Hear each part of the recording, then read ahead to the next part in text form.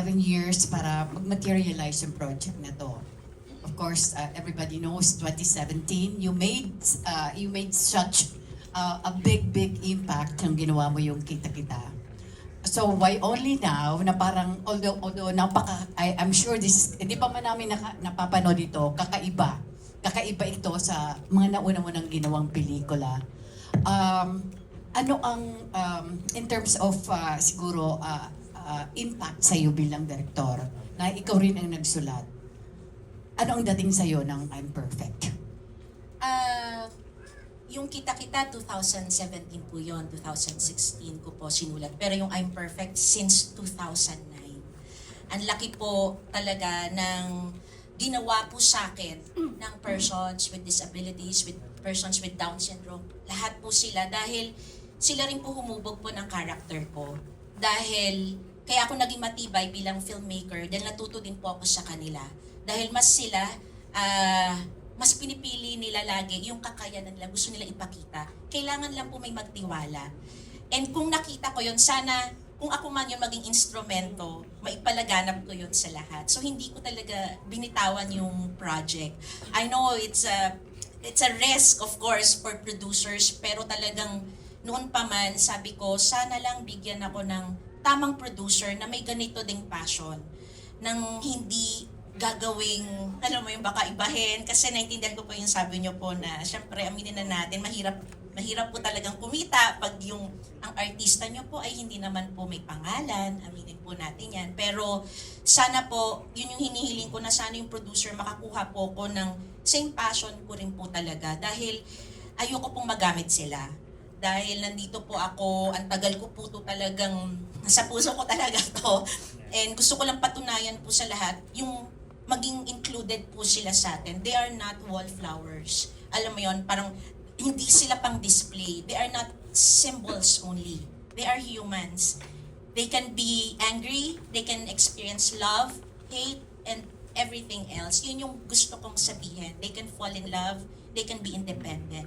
Yun yung gusto kong mag-level up tayo. Di ba? So, yun po talaga yung gusto kong iparating sa mga tao. Kaya, nung gumawa po ako ng teaser, yung sinasabi po niya lagi na nakita po niya, yun po ng teaser. Nagpa-audition din po ako noon. Nung una ko pong Giro, si Andy Cruz. And in 2022, namatay po siya. So, yung time na yon sabi ko parang mas lalo akong nagkaroon ng hope and mas lalo akong nagkaroon ng lakas ng loob na hindi ko dapat bitawan to because it doesn't end there. Sabi ko, it may take years and years, hindi ko bibitawan yung project na to kasi very important na maging included sila sa society natin. Thank you, Direk. And lastly, to the rest of the cast, of course, Vika, si Sejan, Tonton, LT, Janice, Sylvia, Joey, Joel, and Mike.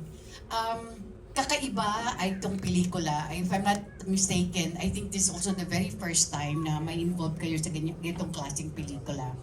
What was the experience at saka yung discovery like doing this film? Thank you. Sige. Tawag dito. Hello po. Napakaganda po ng question nyo. Yun yung gustong-gusto kong sinasagot. Kasi isa po rin po ako dun sa mga maraming tao na unang-una nag-iisip, paano nga ba? Paano ba? Mahihirapan ba sila? Mahihirapan ba ako? Magagawa ba nila? Makakaarte ba? Anong gagawin ko? Siguro dapat, as normal per se, ang tawag sa atin, dapat may maituro ako sa kanila, dapat matuto sila sa akin kasi dapat ako'y nakatayo doon. Though sila ang bida, pero supporting ka nga. So supportahan mo po sila. Pero nagkamali po ako doon kasi nung ginagawa na po namin yung movie, surprisingly, ako po yung may mga natutunan sa kanila. Natuto po ako ng ang patience talaga importante sa bawat oras ng waking hours natin habang gising tayo. Tapos, resilience. Kasi hanggat nakatayo sila, gagawin nila kung ano yung alam nilang gagawin. Na tinuro sa kanila, nagagawa po nila, kaya pala nilang umarte. kaya po pala nilang makinig. Tapos yung unconditional love na pinakita nila sa akin, saka sa aming lahat. Kasi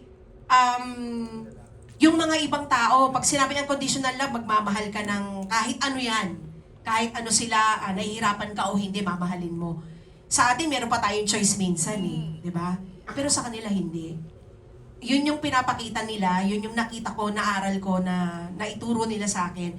Palagi ko kaya po nila kayang maibahagi yun kasi coming from their parents. Kasi yung mga magulang talaga nila, I salute you guys. Iba po ang pagmamahal na kayang ibigay ng mga magulang sa katulad nilang mga persons with Down syndrome. Kasi ibang klase yung tiyaga, yung pagmamahal. Hindi mo ko questionin yun Tapos, kung sa atin po ang happiness ay choice, sa kanila hindi.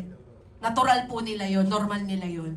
So, kung papasok po ako, pupunta po ako ng taping na malungkot ako, pagod ako, puyat ako, pagdating mo doon, hindi ka pwedeng umarte. Kasi mahahawa ka sa kanila Lagi po sila nakasmile. Lagi po sila, ay, Tita Viveka, Tita Viveka. Unang araw lang po yung Tita Viveka. Pero, the rest of the months na nagtitaping kami, hanggang ngayon, Yaya V ang tawag na nila sa akin. So, kahit saan po kami magkita, maraming tawag, Yaya V, Yaya V, Hello po. Kasi ganun lang sila. Hindi nila iniisip yung kahit ano.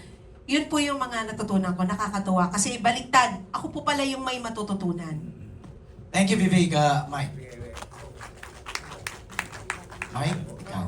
Hello, yun nga, when I first encountered the script, nung binasa ko na siya, it took me 3 days to read it. Hindi siya mahaba, pero every scene, it hits me so hard. Ang very,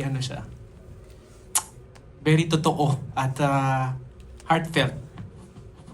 Kumbaga, iyak ako ng iyak nung for 3 days na hindi dahil malungkot siya, pero you will feel the spectrum, all the spectrum of emotion sa lahat ng mga scenes.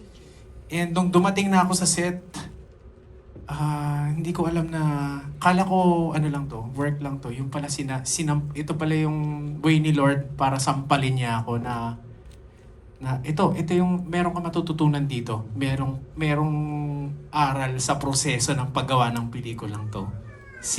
Meeting all of them made me realize na lahat ng tao ay pure at mabait sa mata nila.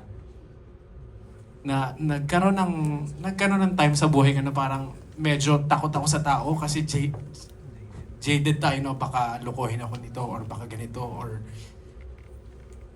ganong perception. Pero sila, tinuruan nila ako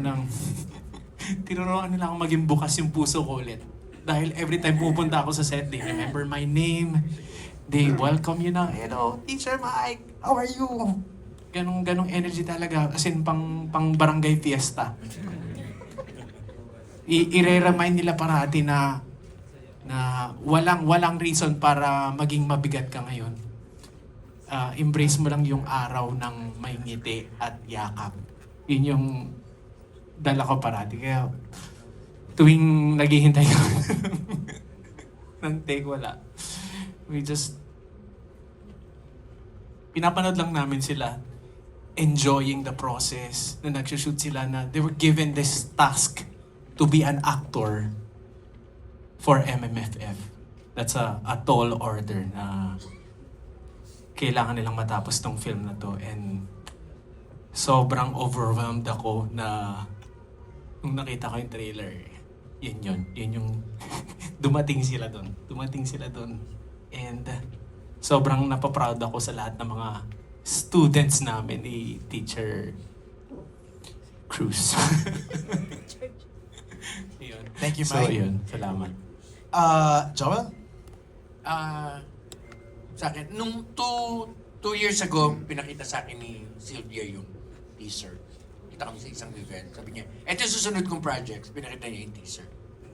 Tapos sabi ko sa kanya, kahit maglakad lang ako sa harap ng camera, kailangan kong sumali dyan. Gusto kong makasama dyan sa project na yun. At 1 year. Tapos feeling ko, nakalimutan na, baka usapang ganun lang. After 1 year, tumawag. Ay, hindi pa. Sabi niya, merong role pero maliit. Wala akong pakialam. Gusto ko nga kahit maglakad lang ako eh. So, ganon. Ganon yung ano ko sa project na to. Tapos nung first day ng shoot, magsabay kami ni Mike. Bali second day nila.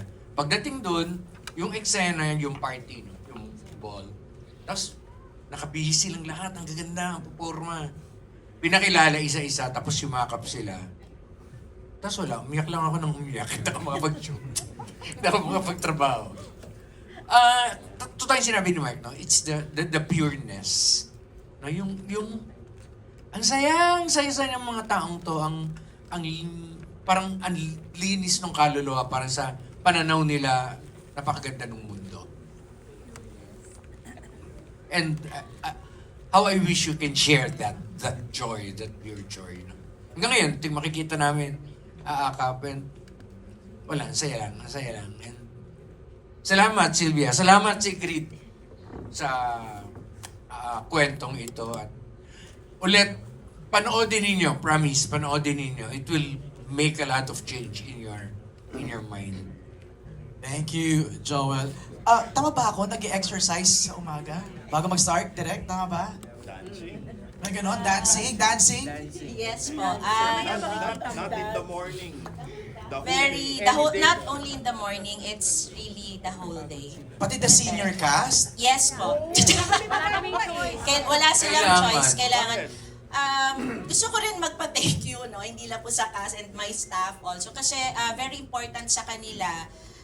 Siyempre, guys, these are first-time actors. So, yung workshop ko, from kung paano maglagay ng lapel, paano hindi tumingin sa camera, paano ang actor's cue, paano ang continuity, paano ang marker, paano from the top. Can you imagine?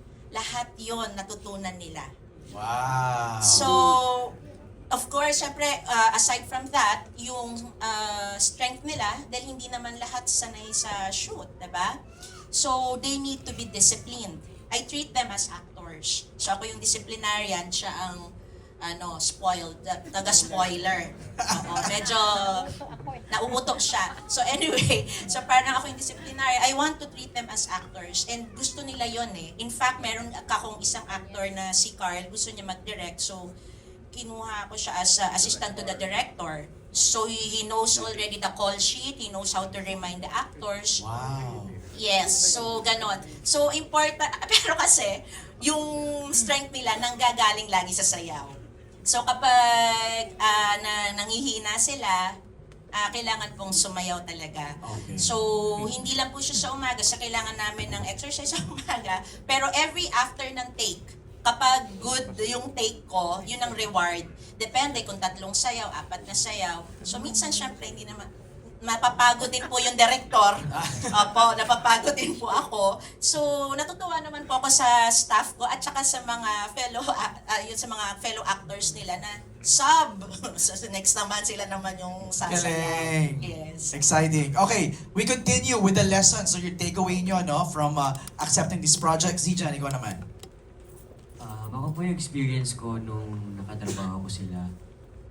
Honestly, nung una, sobrang nahihirapan ako kasi bilang kapatid nga ng isang may person with Down syndrome, di ko alam kung paano ko siya atakihin. Pero gusto ko lang din i-share yung unang-unang pagkikita namin ni Kuya Earl. Parang pagkakita ko sa kanya, pagkapasok ko pa lang dun sa room, tinawag niya na kagad ako sa room, pangalan ko na Ryan, hindi Zijan. Like, nandun na kagad yung connection na para bang matagal na kami magkakilala. Kahit po si Cristel, si Jessica, nandun na rin yung closeness namin kasi sinasabi niya sa akin palagi, uy, pinapanood kita dati sa May Bukas pa, si Sandino, ganyan.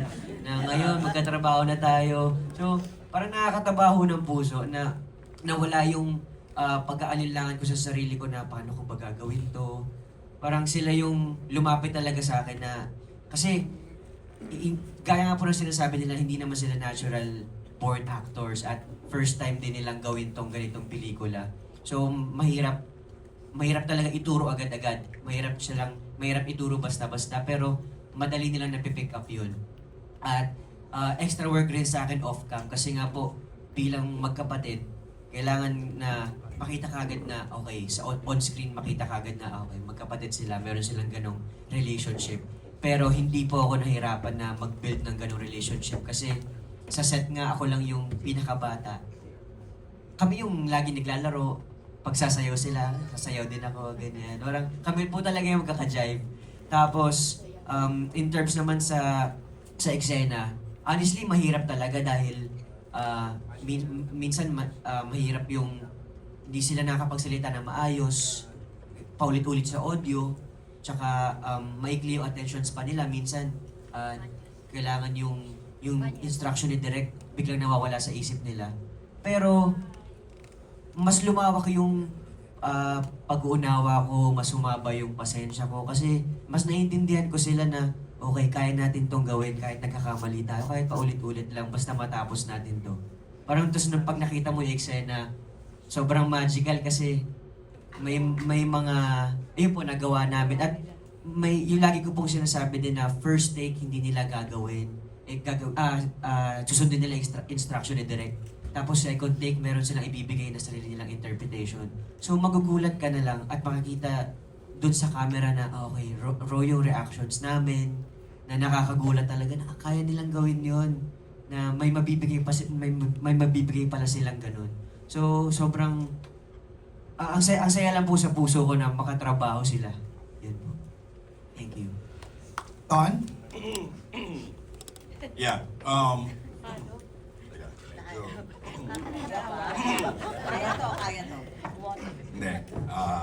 Hindi, una-una, I'd like to take this opportunity to thank Nathan Studios, Sylvia, for this opportunity na to be a part of this movie. Gaya nga na sinabi ni Sir Joel kanina, si Piang one day called me. Sabi niya, Kaz, meron akong gustong pelikulang gawin at gusto ko, tingnan mo kung okay sa'yo. O sabi ko, okay, sige, tingnan natin. Sisend ko sa'yo yung video.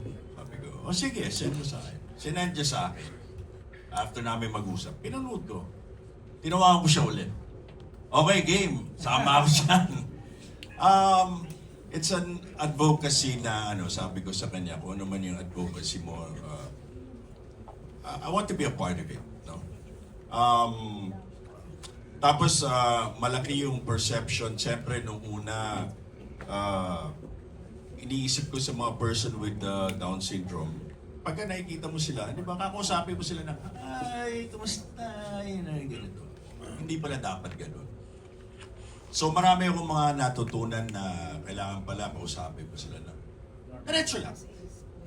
Parang kung kakausapin ko si Jan, parang parehas lang, ganito lang. So marami akong mga bagay na natutunan at nakita. Tapos at the same time na mangha ako sa kanila because they're so full of energy and love and grabe. Ibang klase. Di ba every time we would see each other on the set, tapos yakapan ng yakapan. Talagang ang sarap ng feeling na... Parang laging first time. Oo, parang laging first time. Parang pagdating mo sa set talagang full of joy and love.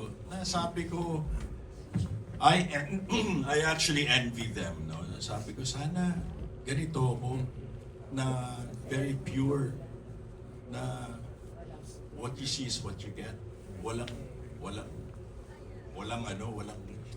Walang negativity, puro positive, puro love, puro happiness, puro Although, siyempre meron din silang down on the downside, no? But we don't see that. So, sabi ko nga, thank you so much for this project, Direk. Thank you. And hats off to you for your devotion, your time to teach these actors na magawa nila yung pelikulang ito. And I'm really, really, really proud to be a part of this movie. And we ask you to please help us promote this movie. Talagang it's a milestone. This is something really new na hindi na, ewan ko kung mauulit pa, pero ibang klase itong pelikulan to. I really love this team. Thank you so much. To the actors, thank you so much for accepting these roles. Sana po, gaya nga ng sinabi ko kanina, sana po tulungan nyo kami i-promote itong pelikula ito. Thank you. Thanks, Ton. Chong? Yun. Yun na. Ako naman. Ikaw naman. Bago ang lahat, magandang hapon po sa inyo lahat. Nais ko magkwento muna ng totoong nangyari muna sa amin ni Sylvia.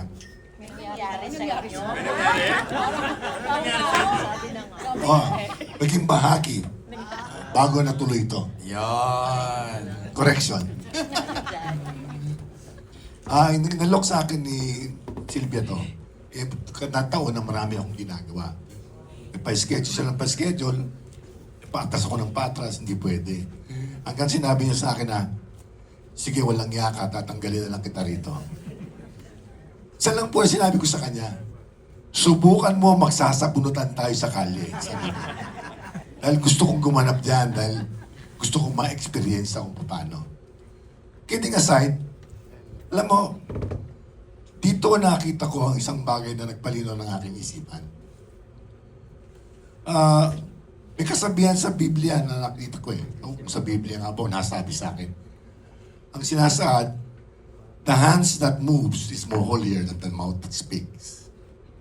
Mas maganda na ang taong gumagawa ng mabuti kaysa nagsasalita lamang. Ang palang barat kayo. Sa pagitan na to, pag-isip-isip ko sa unang mga intensyon ko sa isipan, ang tanong ko parati, marami rin sa atin ang tanong parati, kaya-kaya nila? Baka hindi kaya. Parating negatibo ang nasa isip natin. Aminin naman natin o hindi, dahil naging experience ako yun eh. Mas inuna natin inisip na hindi nila kaya kaysa kung ano ang kaya nila. Hindi ito na pagbago ng aking isipan. Sabi ko, dapat inuuna natin dito yung kaya nila. Katulad natin, may mga bagay tayo na akala natin hindi kaya, pero kaya pala natin kung nabigay natin ang puso doon. Ito ang bagay-bagay ng mga natutunan ko. Kaya sabi ko nga po, hindi biro ang pelikulang ginawang ito. Katulad na narinig ko kanina na ang producer, mismisa iniisip lang paano kumita. Kaya dito ko humahanga kay Madam Sylvia, Madam na ha?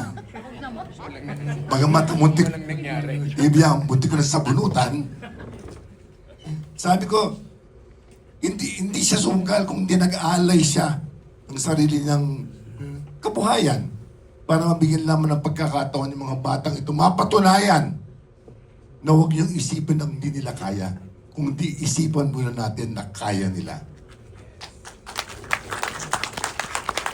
Kaya po sa pagkakataong ito, alam nyo, experience ako sa mga pagkakataong ito, ako po'y komedyante.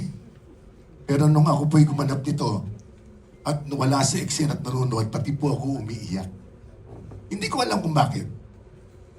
Dahil nakita ko na yung mga pagkakamali ko palang persepsyon sa kanila ay isang kamalian na dapat na hindi natin iniisip ng bawat isa. Let us just make this world a beautiful place for everybody. Sa lahat ng may kapansanan, sana po bigyan natin ng tsansa na masabi sa kanila, kaya nyo to. At sa lahat ng manonood, hindi dahil sa binayad nila, kundi sa pagpapakita sa mga batang ito na kaya nila na gumanap na kahit ano na ibibigay natin chance sa kanila. Salamat po. Thank you, Chong. LT?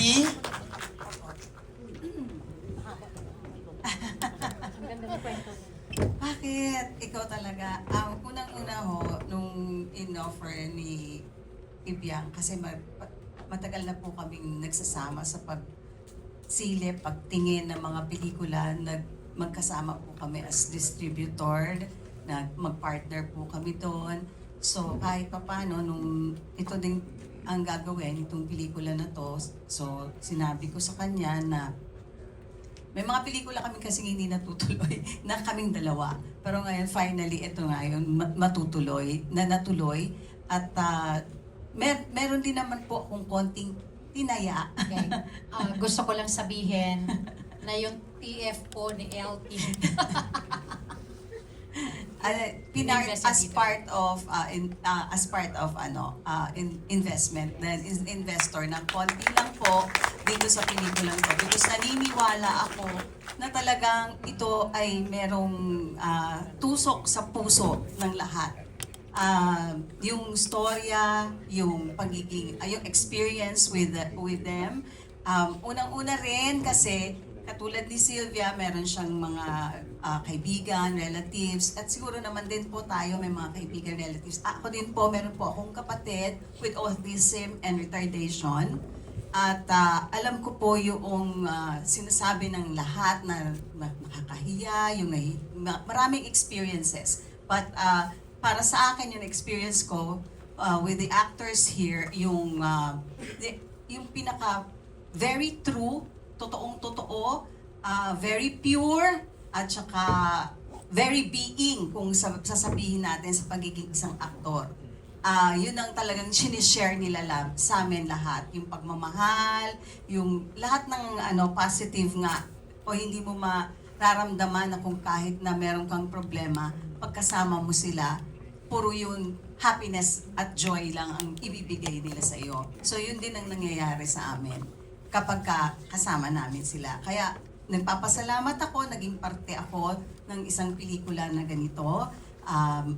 Meron din kaming, marami din kaming mga pinagsamahan na iba pang mga pelikula na lagi nga ang Nathan parang naging tatak na rin nila na talagang kahit na yung ibang klase ng tema ng pelikula ang kaya at gagawin at ipoproduce lamang nila. So isa ito sa palagay ko na pinaka-unang-una na magbibigay ng magandang tatak for Nathan Films. Yun. Thank you, LB. Janice? Ako, hindi po talaga ako kasama sa movie ito. Wala talaga. Wala ako sa radar nitong si Sylvia Sanchez.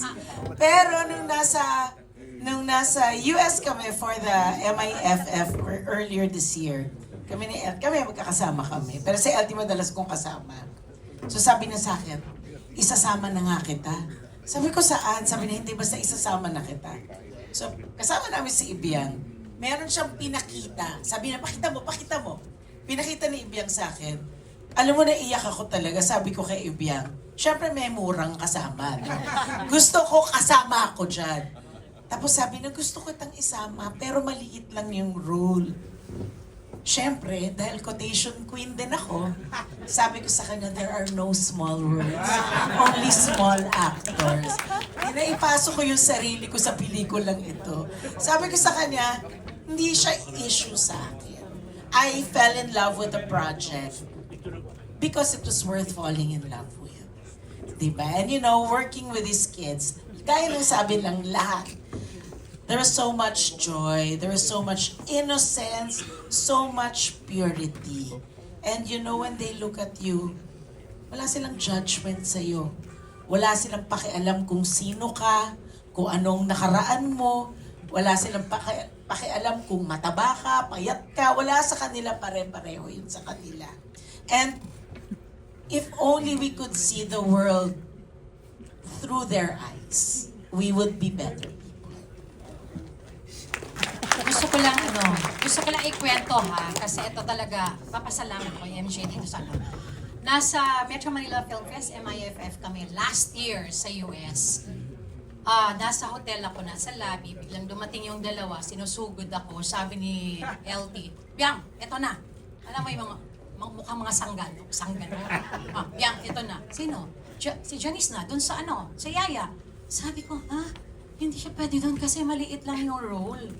Tapos sabi nga, patingin, di ba? Patingin muna. Nung nakita niya, sabi niya sa akin, may kasama ngang mura. Sasama ako dyan. Sabi ko, Siyempre, hindi na ako nakaangal sa dalawa, di ba? Sabi ko sa kanya, siyempre, Janice, wala ka talaga sa isip ko. Maliit yung role, pag gusto kong i-produce ka, gusto ko maganda yung role mo. Sabi nga, there's no small role, only small actors. Ginanon ako. So sabi ko, tapos si Lorna nandiyan, nasama na yung dalawa, di ba? Parang merong dalawang butangera nasa harap ko na talagang sinusugod ako. Sabi ko, sige. Dito na, pag-akyat ko, 3 a.m. doon sa US. 3 a.m. sa'yo, no? Direct, sagutin mo ako. Sabi nga, emergency.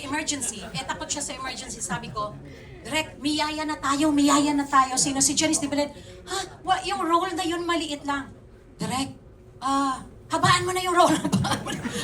Sige na. Palakyan mo yung role. Kasi nakakahiyang maliit lang talaga. Sigurado ka bang si Janice?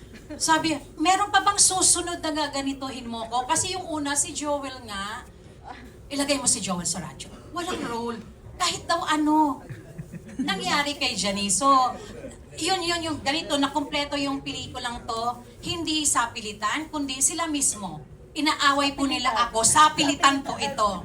Sa ganda po ng role. Basta mapapanood nyo yung sa 25 Bakit. Sandali, Saan bakit pa? naman naisip naman itong kulitin, di ba? Kasi di ba nabasa ko yung script, sabi ko, to kahit ako po, pag in-offer sa akin, tatanggapin ko. Because nga, hindi talaga sa liit ng ng mga, yung bigat ng eksena, kung ano yung rason na naging ito siya dapat, si Yaya Claring ito, yung siya yung dapat na maging ganun, kahit na sino pang aktor, tatanggapin yung role na yon. Malalaman nyo rin pag napanood ninyo. Diba?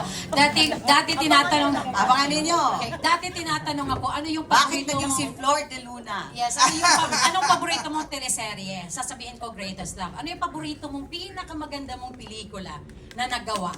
Sasabihin ko, ganito, pero ngayon, walang pagdadalawang salita, walang dalawang isip, sasabihin ko, pinakamagandang pelikula ko nagawa. Mula noon hanggang ngayon, I'm perfect.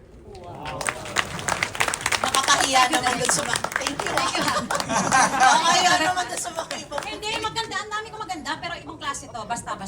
Alam niyo, ang sarap niyo lang pakinggan. No? Para nagkakwento lang kayo, ang sarap